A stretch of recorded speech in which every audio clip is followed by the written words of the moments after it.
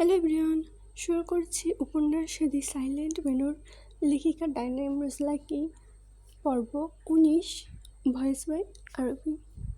রসিক তালুকদার বাগানে বসে আছে। সকাল থেকে এখন পর্যন্ত কিছু খায়নি সে। কুদ্দুসের চিন্তা করছে সে। কুদ্দুস এর বাবা মা কেউ নেই।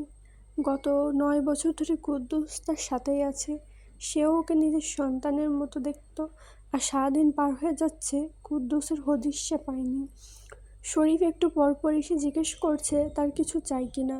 সে প্রতিবারই কিছু চাই না বলছে। শেষবার শরীফ বলেছে, রশিদের চোখে মুখে চিমসে ভাব চলে এসেছে। রাতে ঠিকঠাক মতো ঘুম না হলে মুখে এরকম ভাব চলে আসে। রশিদের ঘুম হয়েছে ঠিকঠাক, সুন্দর একটা স্বপ্নও দেখেছিল গতকাল রাতে। এখন স্বপ্নের কথা মনে পড়ছে না। আজকের রাতে মনে পড়বে। রশিদ রাতে যখনই স্বপ্ন দেখে, পরের দিনে সেটা মনে পড়ে না, ঘুরে ফিরে রাতেই মনে পড়বে। কুদ্দুস কোথায় আছে কে জানে। রশিদ চিন্তিত। নিশ্চয়ই কোথাও লুকিয়ে বসে আছে। বেশিক্ষণ রশিদ লুকিয়ে থাকতে দিবে না। সে বের করে ওকে খুঁজে আনবে মনে মনে নিশ্চিত করল। বেলা এখন ঠিক ১টার কাছাকাছি। সূর্য মাথার উপরে উঠেছে। রশিদ ঘাড় কাত করে সূর্যের দিকে দেখল। কড়া রোদ। ঘাড় সোজা করল, চোখ তুলে সামনে তাকালো। তার সামনে দাঁড়িয়ে আছে গ্রামের নামকরা জ্যোতিষী গদাধর পণ্ডিত। বয়স তার ৫০ ছুঁই ছুঁই। তবু চোখ দুটো এখনও আশ্চর্য তীক্ষ্ণ। কপালের বলিরেখায় বয়সের ছাপ, কিন্তু ভেতরে যেন গ্রহের আলো লুকানো। গায়ের রং গাঢ় গেরুয়া রঙের ধুতি পরা, আর তার উপর সাদা পাতলা চাদর, যা হালকা বাতাসে দুলছে। গলায় রুদ্রাক্ষের মালা, হাতে এক পুরাতন তামার আংটি, কানের কাছে পাকধরা দাড়ি, আর কপালে গাঢ় চন্দনের টিপ। রশিদ বেশ সম্মানসূচক কণ্ঠে বলল, বসুন গদাধর বাবু। আপনি এখানে কেন? আপনি লোক পাঠালে আমি চলে যেতাম। গদাধর আস্তে ধীরে বসল, বলল, আপনার ভক্তি শ্রদ্ধা বরাবরই আমাকে মুগ্ধ করে। আজ বুধবার, আজকের দিনে দুপুরের রোদে হাঁটাচলা করা উত্তম, তাই হাঁটতে বের হয়েছি। পথে আপনার বাড়ি পড়ল, ভাবলাম বসে যাই। অনেক খুশি হয়েছি আমি। আপনার পায়ের ধুলো পড়েছে আমার বাড়িতে, আমি ধন্য। আশা করি শীঘ্রই সুসংবাদ পাব। গদাধর চোখ বুলিয়ে কিছু ভাবতে শুরু করলো। ততক্ষণে আরিফ, রায়ান, সায়েম বাগানে উপস্থিত হয়। তারা ভক্তির সাথে গদাধরের পা ধরে সালাম করে। গদাধর চোখ মেলে তাকালো, বলল, ছেলেদের আদব কায়দা বেশ গভীর। সব কিছু ঠিকঠাক আছে তো? সায়েম আকবরে জবাব দিল, সব ঠিক আছে। আপনি আমাদের জন্য দোয়া করবেন, আরও ভালো কিছু করতে পারবো। রায়ান বলল, আমাদের নাম ডাক আলিমনগরে এখন পর্যন্ত প্রভাব ফেলেছে। আগাম দিনেও প্রভাব ফেলবে কিনা জানি না, তবে আপনি আমাদের দিক নির্দেশনা দেবেন কি করলে আমাদের বংশের নাম উজ্জ্বল হবে। গলাধর বেশ কিছুক্ষণ নীরব থাকলো। তার নীরবতা সবাইকে ভাবাচ্ছে। তারা ৩ ভাই একে অপরের সাথে চাওয়াচাই করল। গদাধর নীরবতা ভেঙে কিছু বলবে সেই অপেক্ষায় করছে তারা। গদাধরের পরবর্তী নির্দেশনার অপেক্ষা করছে তারা। সে ধ্যান ভেঙে বলল, অমঙ্গল, ঘোর অমঙ্গল। শীঘ্রই তোমাদের উপর অমঙ্গলের ছায়া নেমে আসবে, মিলিয়ে নিও। রশিদ বেশ আকস্মিক হকচকিয়ে গেল। রায়ান কপালে ভাঁজ এনে ২ ভাইয়ের সাথে চোখে চোখ মিলল। রায়ান তীক্ষ্ণ কণ্ঠে বলল, কিসের অমঙ্গল? খোলাখুলিভাবে বলুন। গদাধর বলল, অমঙ্গলের ছায়া আমি দেখতে পাচ্ছি, কি হবে জানি না। চোখ কান খোলা রেখে চলো। বলে গদাধর উঠে দাঁড়ালো। তার কথার উপর আর কেউ প্রশ্ন তুলতে পারল না। তার সাথে সাথে রশিদও উঠে দাঁড়ালো। রশিদ বিনয়ের সাথে বলল, আজ দুপুরে যদি আমাদের সাথে অন্ন মুখে তুলতেন। না, আজ আমি উপোস করেছি। আজকের দিনে আমি কখনোই অন্ন মুখে দেই না। ভুলে গেছেন নিশ্চয়ই। গদাধর রেগে বলল। রশিদ বলল, মাফ করবেন, আমার ভুল হয়েছে। সত্যি মনে ছিল না। কিন্তু আমাদের অমঙ্গলের কথা বললেন, কি হবে যদি বলতেন? শুধু এতটুকু বলবো, সাবধানে থাকবেন।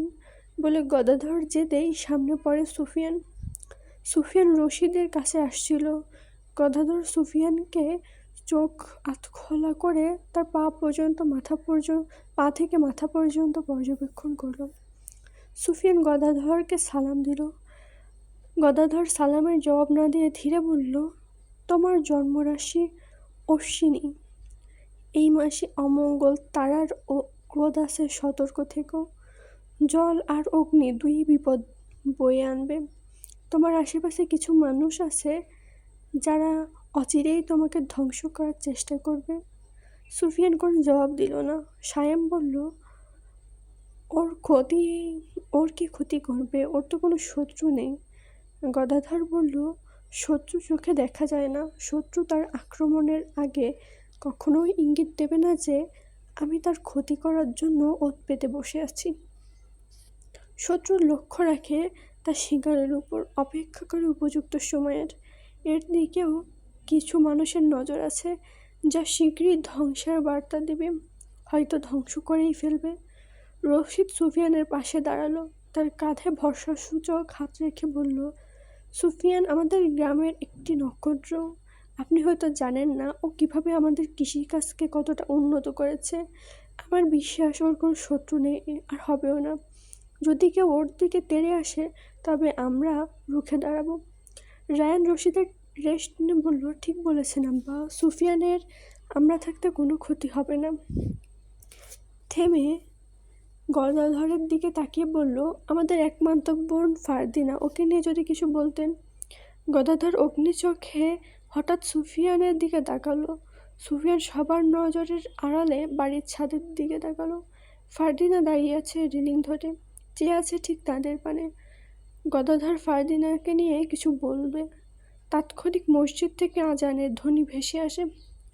গদাধর 3 অক্ষরের একটি শব্দ বের করল শীঘ্রই, এবার থেমে গেল। তার কণ্ঠে এক ধরনের নিশ্চুপ গম্ভীরতা। গদাধর রশিদের থেকে বিদায় নিয়ে চলে যায়, যেন তাকে কেউ ধাও করেছে। ঠিক সেভাবে হন্তদন্ত হয়ে ছুটে যায়। রায়ান বলল, জ্যোতিষী আসলে কাকে বাঁচাতে চাইছে, আমাদের নাকি ঘনিয়ে আসা বিপদকে? স্পষ্ট করে কিছুই বলল না। সুফিয়ান বলল, এদের সব কথা বিশ্বাস করতে নেই, চলি বলে ফারদিনার দিকে একবার তাকিয়ে চলে যায়। দিন ফুরিয়ে বিকালের আগমন ঘটল ধরণীতে।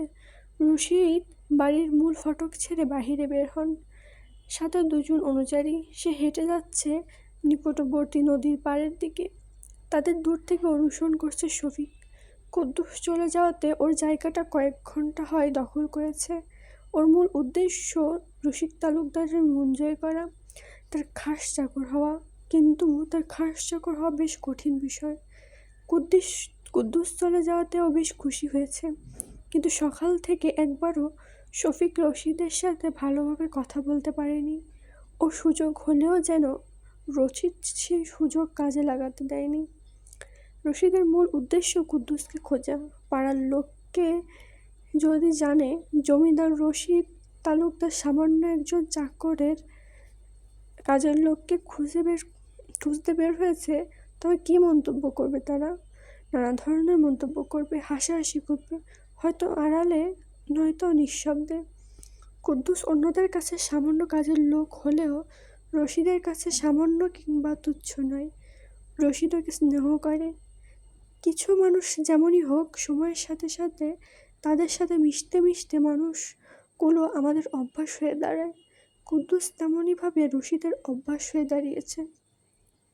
আর সারাদিন কারোর সাথে সে রাগ দেখাতে পারেনি। গা এখন ঝিমঝিম করছে। নিকটবর্তী নদীর তীরে তারা পৌঁছে যায়। কুদ্দুসের মন খারাপ হলে নদীর তীরে এসে বসে থাকে। বেশ কিছুদিন আগেও রশিদের সাথে ঝগড়া করে কুদ্দুস নদীর তীরে এসে বসেছিল। রশিদ আন্দাজ করলো আজও এসেছে। নদীতে জোয়ারের কলকল শব্দ বইছে, বাতাসে ভেজা ঘাসের ঘ্রাণ। তীব্র বাতাসে রশিদের ঝমকালো পোশাকের এক অংশ উড়ে গেল। সচরাচর তার নদীর তীরে আসা হয় না, আজ এসেছে। তার কারণ কুদ্দুস। প্রাকৃতিক পরিবেশে মাঝে মধ্যে বের হওয়াটা মন্দ নয় বলে রশিদ স্বীকার করলো। সে দম ছেড়ে ডানে তাকালো, কেউ নেই। একবার বামে তাকালো, দেখলো দূরে কুদ্দুস পা পিছিয়ে ঘাসের উপর বসে আছে। রশিদ খুশি হলো, কুদ্দুস তাকে ছেড়ে যায়নি। সত্যি সত্যি ছেড়ে গেলে নদীর তীরে নয়, বরং গ্রাম ছেড়ে চলে যেত। রশিদ হাঁপ ছেড়ে ওর দিকে এগিয়ে গেল। কুদ্দুস আর চোখে রশিদকে দেখেছে, দেখেও না দেখার ভান ধরে আছে এখন। রশিদ কুদ্দুসের ঘাড়ের কাছে ছুরি ঠুকে বলল, কালু, তুই অনেক বড় অন্যায় করেছিস। আজ সারাদিন আমি তোর জন্য অপেক্ষা করেছি, আর তুই এখানে এসে বসে আছিস।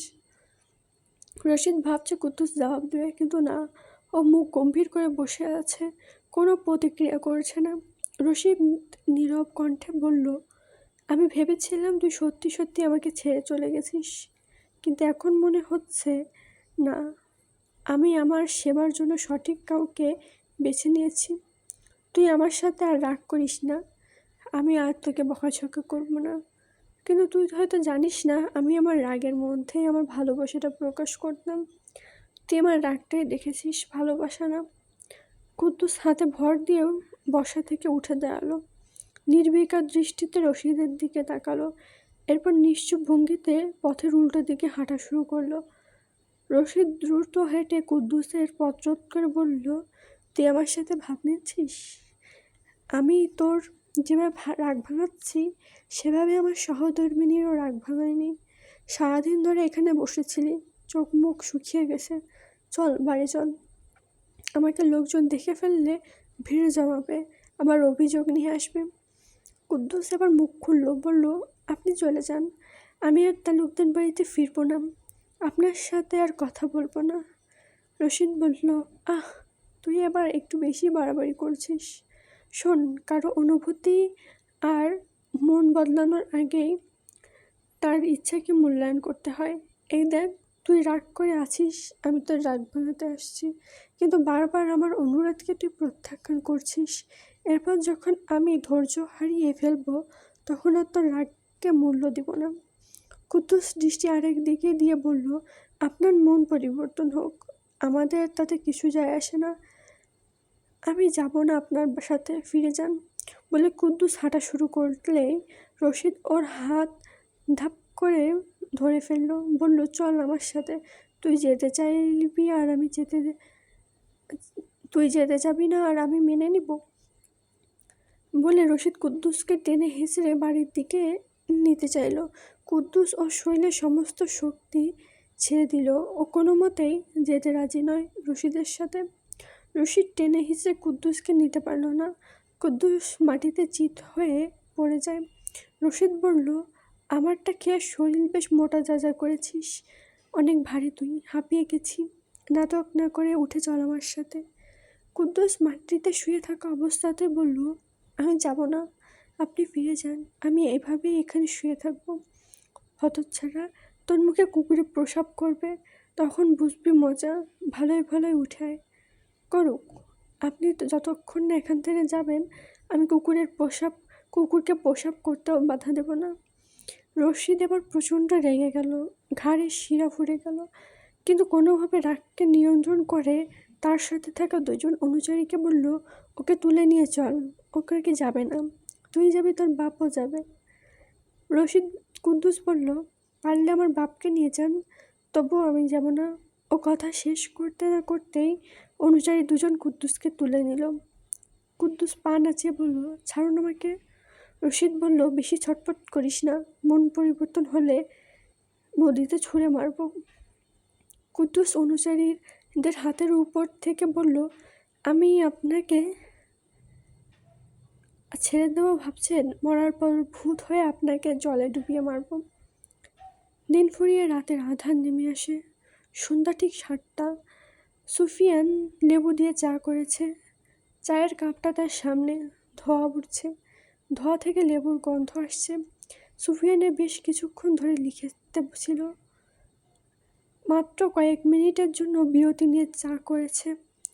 ঘরের দরজাটা খুলে রেখেছে, একটু পর পর কাঁধের উপর দিয়ে রাঙার দিকে দেখছে। ও শান্ত হয়ে দাঁড়িয়ে আছে। আজকাল রাঙা বেশ শান্ত হয়ে থাকে, অদ্ভুত মনে হয় রাঙার নিশ্চবতা সুফিয়ানের কাছে। চায়ে চুমুক দিল সুফিয়ান, পাশে চাটা রেখে নিব কলমটি কালির দোয়াতে ডুবিয়ে পুনরায় লিখতে শুরু করলো। আজ ফারদিনাকে নিয়ে ঝর্ণাঘাটে যাওয়ার পরিকল্পনা ছিল, কিন্তু ফারদিনা সংবাদ পাঠিয়েছে সে সুযোগ করে ঘর থেকে বের হতে পারেনি। ফারদিনা কখনো সুযোগ করতে চেয়েছে, আর সুযোগ হয়নি, এমনটি কখনো হয়নি, আজ হয়েছে। ফারদিনা বারবার বলেছে তাকে নিয়ে যেন দূরে চলে যায়, কিন্তু আমি কাপুরুষের মতো লুকিয়ে লুকিয়ে বেড়াতে চাই না। আমি রসিক তালুকদারের সাথে কথা বলবো, ওনাকে মানানোর চেষ্টা করব। আশা করি উনি মানবেন, কিন্তু কোনোভাবে যদি আমার ধারণা ভুল হয়, সেদিন আমি ফারদিনাকে নিয়ে চলে যাব দূর দেশে, যেখানে আমাদের ছোট্ট একটি সংসার হবে, পুচকি একটা মেয়ে বাবু হবে, সারাদিন দুটো বাচ্চাকে সামলাবো। ফারদিনা আমার কাছে একটা বাচ্চার মতো, একজন পুরুষের কাছে তার শখের নারী বাচ্চার মতো। সে বাচ্চার মতো তাকে লালন পালন করে। সুফিয়ানের লেখা থামলো। অমৃত এক হাসি আনলো ঠোঁটের কোণে, বা গালে হাত ভর দিয়ে ভাবল ফারদিনার কথা। তার বাচ্চা সুলভ আচরণ তাকে ভাবায়, কখনো মুগ্ধ করে, কখনো হাসায়, তো কখনো রাগায়। চায়ে দ্বিতীয় চুমুক দিল, কলমটা তুলে আবার লেখা শুরু করলো। কবিতা লিখতে চাইলো, কিন্তু আজ কবিতার লাইন মনে পড়ছে না। চোখ বুজে ফারদিনার রূপ ভাসিয়ে তোলার চেষ্টা করলো। তার রূপ অপার্থিব সুন্দর, যেন স্বর্গীয় পরী। সুফিয়ান চোখ মেলে তাকালো, নিঃশব্দে হেসে লিখল, তোমার রূপের সৌন্দর্যে বাঁধানো একটা রত্নে, যতবার তোমার রূপ ভেসে ওঠে আমার নয়নে, ততবারই আমি হারিয়ে যাই অসীম প্রেমের সীমান্তে। একাধিক লোকের পায়ের আওয়াজে সুফিয়ান লেখা বন্ধ করে ঘরের বাইরে এলো। জেবুন্নেসা এসেছে, সাথে 4 জন অনুযায়ী। জেবুন্নেসা হেয়ালিভাবে বাড়ির চারিদিকে তাকালো। তার কাছে তুচ্ছ মনে হচ্ছে সুফিয়ানের বাড়ি, সে সেই চোখে দেখছে। সুফিয়ান জেবুন্নেসার কাছে এগিয়ে গেল, বলল, আপনি এখানে কী জন্য এসেছেন? গ্রামটা তো আমাদের, যখন যেখানে খুশি যেতে পারি। তোমার কাছে কৈফিয়ত দিতে হবে নাকি? বলতে হবে, পুরো গ্রামটা আপনাদের নামে লিখে দেয়নি সরকার। সামান্য জমিদার আপনারা, সামান্য ও দায়িত্বে আছেন। তার মানে এই না যে সবাইকে হাতের মুঠোয় নিয়ে নিয়েছেন। তোমার খুব তেজ দেখছি। 4 আনার রাখালের বড় বড় কথা। 4 আনার রাখালের বড় কথা, যদি 10 আনার হতাম, তাহলে এতক্ষণে আপনাকে এখানে দাঁড়িয়ে থাকতে দিতাম না। আমার এই তেজের আগুনেই জ্বলে পুড়ে ছারখার হয়ে যেতেন। জীবন্নেসা তীক্ষ্ণ স্বরে মুখ ভেঙচিয়ে বলল, তোমার সাথে আমি ঝগড়া করতে আসিনি, আর তোমাকে দেখলেই আমার গা কেন জানি জ্বলে ওঠে, না চাইতেও ঝগড়া হয়ে যায়। সাপ আর বেজির মতো, আপনি বেজি আমি সাপ। যে সে সাপ না, বিষধর সাপ। ছোবল দেওয়ার আগে কেটে পড়ুন। শোনো রাখাল, আমি একটা সংবাদ দিতে এসেছি, ঝগড়া করতে না। আমিও একটা সংবাদ দেব, সত্য ঘটনা জেনেছি। আপনি আগে বলবেন না আমি? জেবুন্নেসা মুখ লাল করে বলল, তুমি আগে বলো। সুফিয়ান ফিসফিস করে বলল, আপনি আপনার স্বামীকে নিজের হাতে খুন করেছেন। আমি কিন্তু সব জেনে গেছি। জেবুন্নেসা ঠোঁটের ফাঁকে নিঃশব্দে বিস্ময় প্রকাশ করল। থতমত খেয়ে বলল, তোমাকে এসব কে বলেছে? আর এগুলো মোটেও সত্য নয়। সে হৃদরোগে আক্রান্ত হয়ে মারা গেছে। সুফিয়ান বলল, মিথ্যা বলে লাভ নেই, আমি সত্যটা আগেই জানতে পেরেছি। এখন বলুন, আপনি কি সংবাদ দিতে এসেছেন? জেবুন্নেসা ঘেমে গেল, শাড়ির আঁচল দিয়ে কপালের বিন্দু বিন্দু ঘাম মুছে ফেলল। অথচ এখন তীব্র শীত। সে নিশ্চুপ হয়ে দাঁড়িয়ে থাকলো। সুফিয়ান জেবুন্নেসার দিকে ঝুঁকে পড়ল, কি হলো, চুপ কেন? আমি আসছি, কাজ আছে। সংবাদটা তো দিয়ে যান। তুমি ছেলে ভীষণ চালাক। একটু চালাক না হলে দুনিয়াতে টিকে থাকা বড় মুশকিল। তোমার সাথে কথা বলাই আমার ভুল হয়েছে, আমারও সেটা মনে হচ্ছে। সুফিয়ান আড়ালে হাসল, রাঙা তীর্যক আওয়াজে হেস ধ্বনি তুলল। ও যেন বলছে, হ্যাঁ বন্ধু, তোর সাথে কথা বলাই ভুল হয়েছে। সুফিয়ান রাঙার কাছে এগিয়ে বলল, তুই ঠিকই বলেছিস, নারী মানুষ মানে যন্ত্রণা। জেবুন্নেসা কাঁধ উঁচু করে শরীরটা টান টান করে চলে যায়। সুফিয়ান পেছন থেকে বলল, ওই বুড়ি, সংবাদটা দিয়ে যান। জেবুন্নেসা থ হয়ে দাঁড়িয়ে পেছন ঘুরল, লম্বা সুর ছেড়ে বলল, তোমার তেজ আমি শীঘ্রই শেষ করব। এরপর চলে যায় জেবুন্নেসা। সুফিয়ান রাঙার শরীরে হাত বুলিয়ে দিতে দিতে বলল, এমন কেউ নেই যে আমার ক্ষতি করবে, সেই সাহস আমি কাউকে দেইনি, বুঝলি রাঙা? হেস ধ্বনি তুলল, যেন বুঝেছে। রাতটা আবছা অন্ধকারে ছেয়ে যাচ্ছে। সুফিয়ান সিগারেট টানছে বারান্দায় বসে। আজ ফারদিনা দেখা করতে আসেনি। বিষয়টা তার কাছে অদ্ভুত মনে হচ্ছে। ফারদিনার কিছু হয়েছে? তার ভাইয়েরা কিছু জানতে পেরেছে? তারা কিছু জানতে পারলে অবশ্যই ফারদিনা গোপনে কোনোভাবে সংবাদ পাঠাতো। সুফিয়ান আবার ভাবছে হয়তো কিছু জেনেছে, সে চিন্তা করবে বলে ফারদিনা জানায়নি। সুফিয়ান আর ভাবতে পারছে না, মাথা খারাপ হয়ে যাচ্ছে তার। সোলেমান, বদরু, হাবলু, লাল মিয়া একসাথে সুফিয়ানের বাড়িতে রাতের আধারে উপস্থিত হয়। সুফিয়ান ওদের দেখে বলল, তোরা এই সময় এখানে? সোলেমান একবার লাল মিয়াকে দেখে দেখলো, এরপর জবাব দিল, বাজারে গেছিলাম, আপনার বাড়ির সামনে থেকে যাচ্ছিলাম, ভাবলাম দেখা করে যাই। সোলেমান বলে ঢোক গেল, অকারণে ঘেমে যাচ্ছে, চোখ দুটো অক্লান্তভাবে নড়ছে। সুফিয়ান সিগারেট টানা শেষ করে বলল, তোদের হাবভাব আজকাল ডাকাত ডাকাত লাগছে। আবার এসব শুরু করেছিস নাকি? না না, যে কাজ একবার ছেড়ে দিয়েছি সে কাজ আর দ্বিতীয়বার করব কি? পাপের কাজে শান্তি নাই, বলল লাল মিয়া। বদরু সুফিয়ানের সিগারেটের দিকে চেয়ে বলল, আপনি সিগারেট টানছেন? সিগারেটের তো অনেক মূল্য, আপনি এত টাকা কোথায় পেলেন? হাবলু বদরুর রেশ টেনে বলল, ঠিকই তো, এত টাকা কোথায় পেলেন? সুফিয়ান শান্ত ভঙ্গিতে দৃঢ়কণ্ঠে বলল, আজীবন যে কৃষিকাজ করে টাকা জমিয়েছি তা দিয়ে এরকম শত শত সিগারেট ক্রয় করা যায়।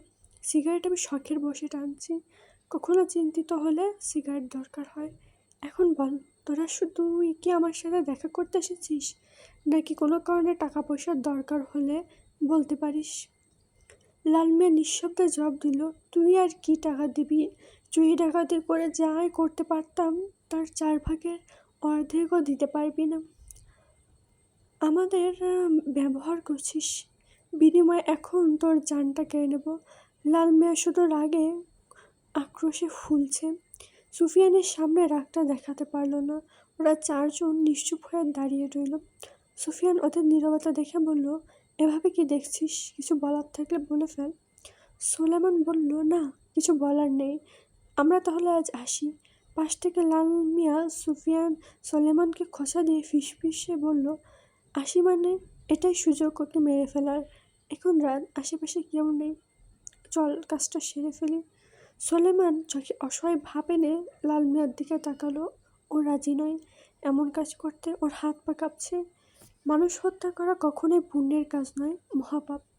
সোলেমান জীবনে অনেক পাপ করেছে, অন্যের হক ছিনিয়ে খাওয়ার বড় পাপ, তার থেকেও বড় পাপ মানুষ হত্যা করা। সুফিয়ান বারান্দা থেকে বাইরে এসে ওদের সম্মুখীন হয়ে দাঁড়ালো। ওদের 4 জনের দিকে তাকিয়ে বলল, কি ভাবছিস তোরা? কোথাও কিছু হয়নি তো? না, কি হবে, আমরা আসছি। সোলেমান আমতা আমতা করে বলল, ওর মুখে এক ধরনের ভয়। সুফিয়ান লক্ষ্য করে বলল, কখন থেকে বলছিস আসি, এরপর নিজেদের মধ্যে কানা ফিসফিস করেছিস। আজ রাতে ডাকাতি করবি এমনই ভাবছিস না তো? দেখ, এসব একদম উচিত না। দ্বিতীয়বার যদি আমি কোনদিন শুনি এসব করেছিস, সেদিন আমি জমিদার কাছে তোদের নামে নালিশ করব। এরপর তার ছেলেরা তোদের বাঘের খাবার বানাবে। লাল মিয়া চোখ আধখোলা করে ক্রোধের আগুনে তাকিয়ে রইল সুফিয়ানের দিকে। ওদের রাগ আরও বেড়ে গেল, ওদের ভয় দেখাচ্ছে। সোলেমান লাল মিয়ার হাত ধরে নিয়ে যায়। যেতে যেতে লাল মিয়া কয়েকবার সুফিয়ানের দিকে দেখল। সুফিয়ান ওদের নিয়ে কিছু ভাবতে চাইল না। তার ভাবনার শহরে ইতিমধ্যে ফারদিনা ঘুরে বেড়াচ্ছে। তালুকদার বাড়ির দিকে যাবে বলে মনস্থির করল। বাড়ির ভেতরে যাওয়ার সময় সম্ভব নয়। বাড়ির পূব দিকে এবং পেছনের দিক থেকে ফারদিনার ঘরটা স্পষ্ট দেখা যায়। তার সাথে হয়তো কথা হবে না, কিন্তু দূর থেকে যার ছায়াটা অন্তত দেখা যাবে। সে বেরিয়ে পড়ে তালুকদার বাড়ির পথে। হাতে সিগারেট নেই, দুহাত পেছনে বাঁধা, হালকা বাতাসে শালটা দুলছে, শোঁ স্বপ্নে বাতাস বইছে। বাতাসে ধানের চিরি শব্দগুলো যেন দোল খাচ্ছে। সুফিয়ান হাঁটছে ধীর পায়ে, তার মনে কুগাইছে। ক্রমাগত পায়ের শক্তি যেন লোপ পাচ্ছে। তার মা ফারহিনা বেগম বলেছিল, কোনো বিপদ ঘনিয়ে আসার আগে বুকের ভেতরের অজানা ব্যথা শুরু হয়। কোনো কাজে স্বস্তি পাওয়া যায় না, মনে হয় এই বুঝি সব কিছু শেষ হয়ে গেল। এই ধরনের কথাবার্তা অনুভূতি বেশিরভাগ মহিলাদের ক্ষেত্রে দেখা যায়। তারা এসব বিশ্বাস করে, পুরুষরা খুব কমই করে, করলেও প্রকাশ করে না। আর সুফিয়ানের মনে অজানা ব্যথা সাড়া দিচ্ছে, না চাইতেও নানা ভাবনা মনে আসছে। তার ভাবনার মূল কারণ ফারদিনা।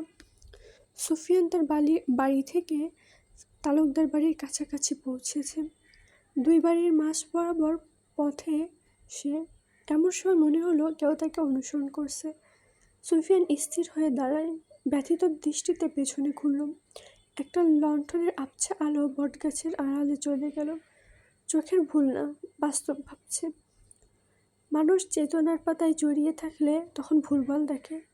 সে ভুল দেখেছে বলে সামনে হাঁটতে শুরু করলো। ঠিক 2 মিনিট পর আবারও মনে হলো তাকে কেউ অনুসরণ করছে। এবার আর সে দাঁড়িয়ে পড়ল না, তবে সে দাঁড়াবে। হঠাৎ করে দাঁড়িয়ে ঘূর্ণের গতিতে পেছন ঘুরবে। তাকে অনুসরণ করা ব্যক্তিটি তার চোখের আড়ালে যেতে সুযোগ পাবে না। সুফিয়ান তাই করলো, হঠাৎ পেছন ঘুরল। সে সফল। অবশেষে অনুসরণ করা ব্যক্তিকে দেখল। তামার লণ্ঠন হাতে একচোখা ব্যক্তি চাদর মুড়ি দিয়ে দাঁড়িয়ে আছে। সুফিয়ান তাকে দেখে কিঞ্চিত অবাক হলো। ওনার দিকে এগিয়ে গেল। একচোখা ব্যক্তি সুফিয়ানকে দেখছে তীক্ষ্ণ দৃষ্টিতে, যেন এর আগে কোনদিন সুফিয়ানের মতো কাউকে দেখেনি। সুফিয়ান একচোখা ব্যক্তির সামনে এসে বলল, আপনার সমস্যা কি? কখন থেকে আমাকে অনুসরণ করছেন? কিসের জন্য? আমি তোমাকে অনুসরণ করছি কই? আমি তো এই পথ দিয়েই যাচ্ছিলাম। মিথ্যা বলছেন আপনি আমাকে। আমি আপনার দিকে তাকানোর পর গাছের আড়ালে চলে গেছেন। কি চাই আপনার? তোমাকে বলে একচোখা লোক হেসে উঠল বিকৃত কণ্ঠে। সুফিয়ান কপাল ভাঁজ করে বলল, আমাকে পাওয়া তো সহজ না। তোমাকে পাইতে হইলে কি খাজনা দিতে হইব? বলে আবার হাসলো একচোখা ব্যক্তি। সুফিয়ান বেশ বিরক্ত হলো, চোয়াল শক্ত হয়ে গেল। ইচ্ছে করছে লোকটাকে এখানেই পুঁতে ফেলতে, পারছে না। রক্তশোষীর খাবারের জন্য গ্রামে গ্রামে নিখুঁত একমাত্র ব্যক্তিদের খুঁজে বেড়ায়। সুফিয়ান জেনে বুঝে সেদিন নিজেকে একমাত্র সন্তান হিসেবে দাবি করেছে। আমি দরকারি কাজে যাচ্ছি, পেছন নেবেন না। যাও মানে করছে কেডা? সুফিয়ান বলতে চাইছে, আপনারা গ্রামের নিরীহ মানুষের উপর অমানবিক অত্যাচার করেন, ওদের প্রাণ কেড়ে নেন, এগুলো অন্যায়। সুফিয়ান বলছে তার শব্দ ছাড়া। একচোখা ব্যক্তির পেছনে ফারদিনার ভাইদের হাত। তাদের নির্দেশনায় একচোখা কাজ করছে। আজ তাকে কিছু বললে ফারদিনার ভাইদের সাথে ঝামেলা হবে, দ্বন্দ্ব সৃষ্টি হবে। সুফিয়ান এসব চায় না, শুধুমাত্র ফারদিনার জন্য, যাতে তাকে নিজের করে পেতে কোনো বাধা সৃষ্টি না হয়। একচোখা সুফিয়ানকে ভালোভাবে দেখলো, এরপর বলল, আমি যাই। যাও যাও, তোমার কাজে যাও। একচোখা ব্যক্তিটি লণ্ঠন হাতে চলে যায় উত্তর দিকে। সুফিয়ান হাঁপ ছেড়ে তালুকদার বাড়ির পেছন দিকে চলে যায়। রাত বাড়ার সাথে সাথে চাঁদের আলো দেখা মিলছে। খোলা ক্ষেতের মাঝে সুফিয়ান দাঁড়িয়ে আছে। শুকনো ক্ষেত, দীর্ঘদিন এই ক্ষেতে চাষ করা হয় না।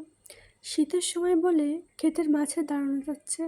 বর্ষাকালে জলে ভরপুর থাকে এই ক্ষেত, তখন আর বৃষ্টির জলের মধ্যে ক্ষেতের মধ্যে দাঁড়িয়ে থাকা সম্ভব হয় না। সুফিয়ান নিজের কাছে নিজেই প্রতিশ্রুতি দিল, বর্ষাকাল আসার আগেই সে ফারদিনাকে নিজের করে নেবে।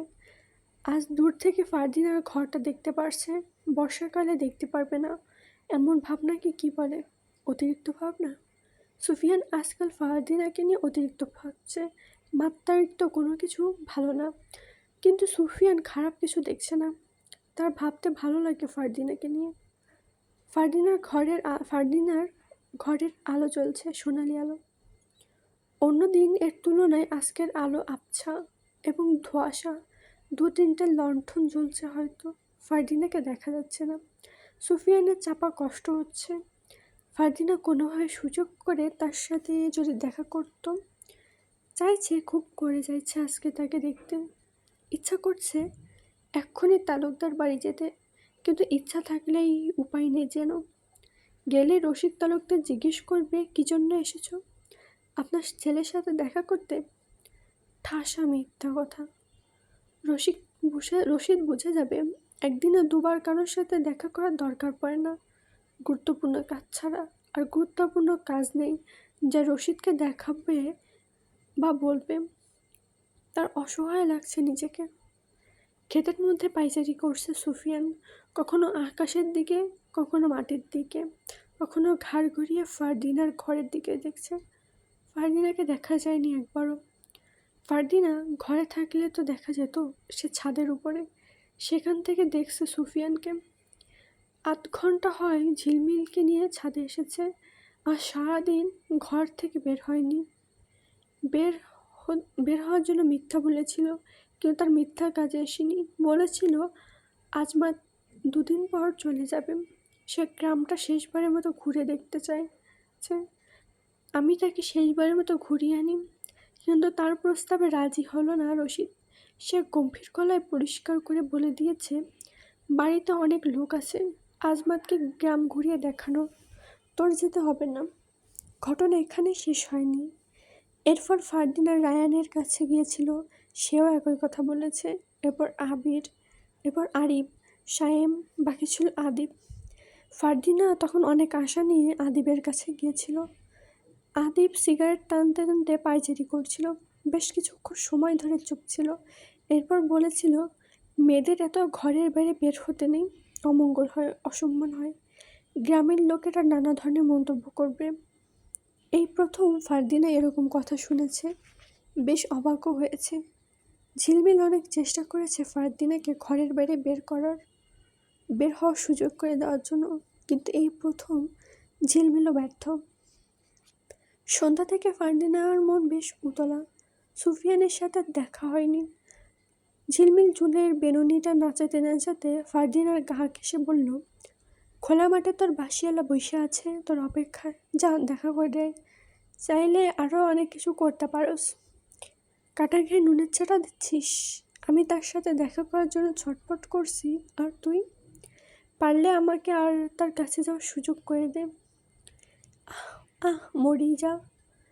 আজ সারাদিন কম চেষ্টা করলাম, হইল না। তোর জল্লাদ ভাইগুলোর লাইগা তোরে সন্দেহ করতেছে, নজরদারি রাখছে, খাসলো, কিন্তু কেডাই তা জানি না, জানলে ভালো হইতো। ফারদিনা চাঁদের আলোয় দূর থেকে সুফিয়ানকে দেখতে দেখতে বলল, ছাদ থেকে লাফ দেব। ঝিলমিল নিঃশব্দে হেসে উঠল। ওর হাসির শব্দ সুফিয়ানের কানে গেল। ঝিলমিল সশব্দে হেসে উঠল। ওর হাসির শব্দ সুফিয়ানের কানে গেল। সুফিয়ান দৃষ্টি সরিয়ে ছাদের দিকে তাকালো। অবশেষে ফারদিনাকে দেখেছে। ঝিলমিল হাসি থামায় বলল, দেলাপ, সোজা আসমানে চইলা যাইবি, ভালোই হইব। এরপর তোর পেছন পেছন সুফিয়ানও যাইব। তুই আমার জায়গায় থাকলে বুঝতে পারতি আমার ভেতরে কি চলছে। 4 দেয়ালের মধ্যে বন্দি থাকা অনেক কষ্টের, কোনো স্বাধীনতা নেই। এতদিন স্বাধীনভাবে ঘুরছোস, অহন না হয় একটু বন্দি থাক। তার মানে আমি আর কোনদিন সুফিয়ানের সাথে দেখা করতে পারবো না? ব্যথিত কণ্ঠে বলল ফারদিনা। তার চোখে অজস্র জল জমে গেছে ইতিমধ্যে। ভাগ্যে থাকলে দেখা হইব। আমার ভাগ্যে সুফিয়ান আছে তো, বলে ফারদিনা রেলিংয়ের ইট ঘেঁষে বসে পড়ে, পা দুটো ভাঁজ করে। ঝিলমিল ফারদিনার সামনে বসে বলল, কাঁদিস না। যদি সুফিয়ান তোর ভাগ্যে থাকে তাইলে তারে ঠিকই পাইবি। ফারদিনা নির্বিকার কণ্ঠে বলল, তুই আমাকে বাড়ি থেকে বের হওয়ার শেষ সুযোগ করে দে। আমি সুফিয়ানকে নিয়ে অনেক দূরে চলে যাব, আর কোনোদিন ফিরব না। নিকৃষ্ট পরিবারের সাথে আমি আর থাকতে চাই না। হঠাৎ করে কোনো সিদ্ধান্ত নেওয়া ঠিক না। আগে একবার সুফিয়ানের লগে আলাপ কর, তারপর সিদ্ধান্ত নে। কিন্তু কীভাবে দেখা করব? দেখতেছি কি করা যায়। কাঁদিস না। ফারদিনা নিজেকে সামলে বসা থেকে উঠে দাঁড়িয়ে সুফিয়ানের দিকে দেখল। ঝিলমিল পাশ থেকে ফারদিনার দিকে দেখছে। বড্ড মায়াভরা দৃষ্টি নিয়ে তাকিয়ে আছে সুফিয়ানের দিকে। এতটুকু কান্নায় চোখ দুটো জল জল করছে, নাকটা লাল হয়ে গেছে, মনে হচ্ছে এখনই রক্ত বেরিয়ে আসবে। আজ এই পর্যন্তই। পরবর্তী পার্ট নিয়ে খুব দ্রুত আসবো আপনাদের মাঝে। এতক্ষণ ধৈর্য ধরে শোনার জন্য ধন্যবাদ।